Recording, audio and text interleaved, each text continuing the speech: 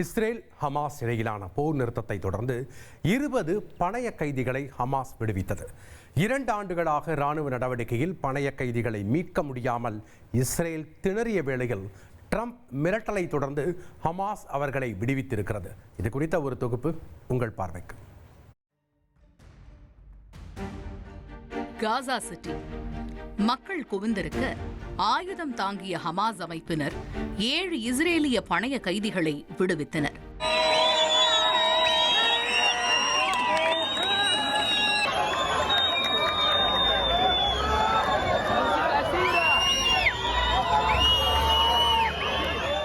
Red cross அமைப்பின் வாகனங்கள் பணைய கைதிகளை அழைத்து சென்ற இந்த காட்சி காசா சிட்டியில் இருந்து வெளியாகியிருக்கிறது.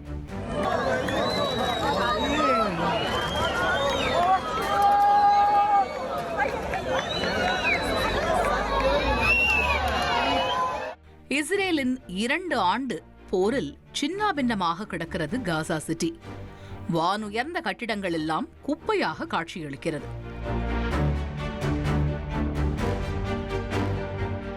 காசா சிட்டியில்தான் சமீபத்தில் தரைவழி தாக்குதலை தீவிரப்படுத்தியிருந்தது இஸ்ரேல் ராணுவம்.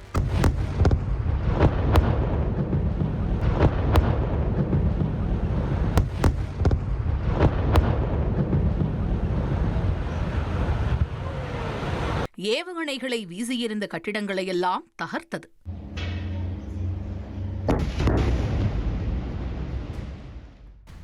இஸ்ரேல் ராணுவம் டாங்கிகள் காசா சிட்டியையே சுற்றியது.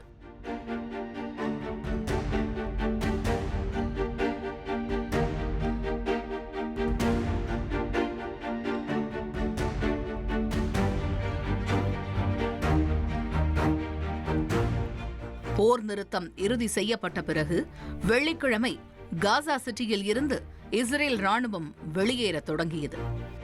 இவ்வளவு நாளாக காசா சிட்டியையே இஸ்ரேல் ராணுவம் சுற்றிய வேளையில் அங்கு இருந்தே 7 பணைய கைதிகளை விடுவித்திருக்கிறது ஹமாஸ். அங்கேயே சுற்றிய இஸ்ரேல் படையால் பணைய கைதிகளை மீட்க முடியவில்லை. காசா மத்திய தரைக்கடல், எகிப்து, இஸ்ரேலை எல்லையாக கொண்ட குறுகிய நிலப்பகுதி. 2023 அக்டோபர் 7 இஸ்ரேலில் தாக்குதல் நடத்திய போது 250 பேரை பணைய கைதிகளாக பிடித்து சென்றது ஹமாஸ்.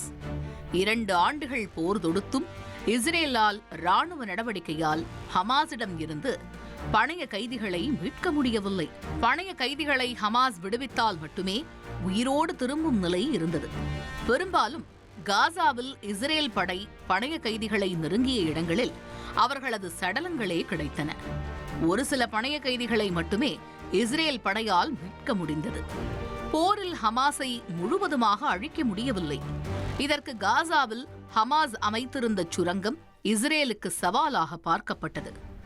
காசா முழுவதும் எலிவலையைப் போல 1500க்கும் அதிகமான சுரங்கங்கள் இருப்பதாக இஸ்ரேல் தெரிவித்தது. பல சுரங்கங்களை இஸ்ரேல் அழித்தாலும் சுரங்கங்களில் பணைய கைதிகள் இருக்கும் வீடியோவை வெளியிட்டது ஹமாஸ். போரில் ஹமாஸ் சுரங்கம் இஸ்ரேலுக்கு சவாலாகவே இருந்தது.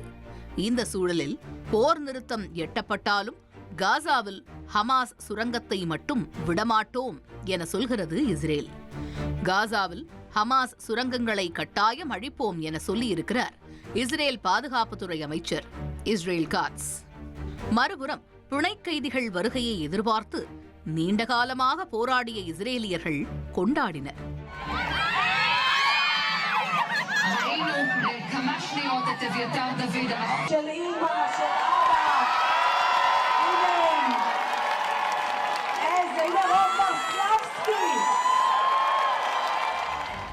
போர் நிறுத்தத்திற்கு உதவிய அமெரிக்க அதிபர் டிரம்பிற்கு நன்றி என முழக்கமிட்டனர் இஸ்ரேலியர்கள்.